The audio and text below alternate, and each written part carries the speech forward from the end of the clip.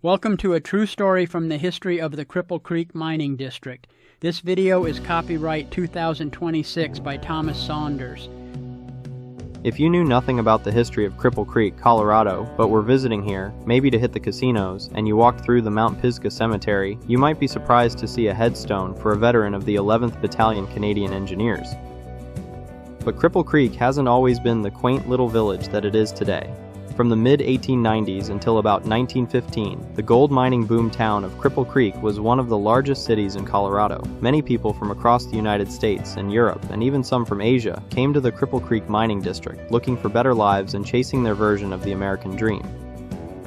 John Sidney Cottier was born on the Isle of Man in the UK on July 17, 1891, and immigrated to the United States in 1910, when he was about 19 years old. Cottier filled out his World War I draft registration card on June 15, 1917, and by then he was married to his wife Clara, who was American-born of English parents. At that time, Cottier was working as a self-employed miner at the Granite Gold Mining Company. The Cottiers lived on Masonic Avenue in Cripple Creek.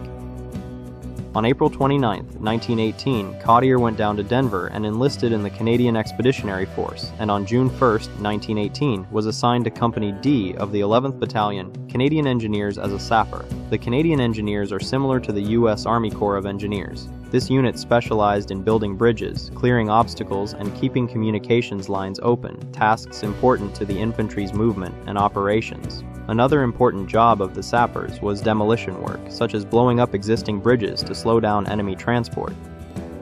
Cottier sailed from Canada to England on June 29, 1918, and arrived in England on July 22 for training. He then left England for France on September 20, 1918. It should be remembered that there was a second war being fought in 1918.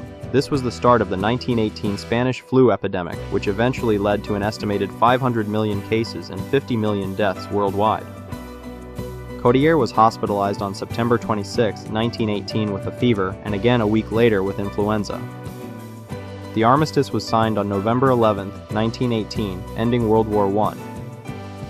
Cottier was discharged at the time of the general demobilization on June 17, 1919. He sailed back to North America on the ship Olympic, arriving in Halifax, Nova Scotia, Canada on June 13, 1919.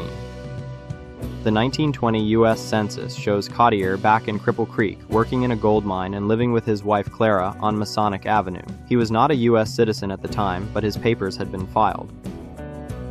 Cottier died on December 28, 1935 at 44 years old and is buried in the Veterans Block in Mount Pisgah Cemetery. Though Cottier served in an Allied army, the U.S. American Legion has honored his service with a grave marker. This is the end of our video. Thanks for watching.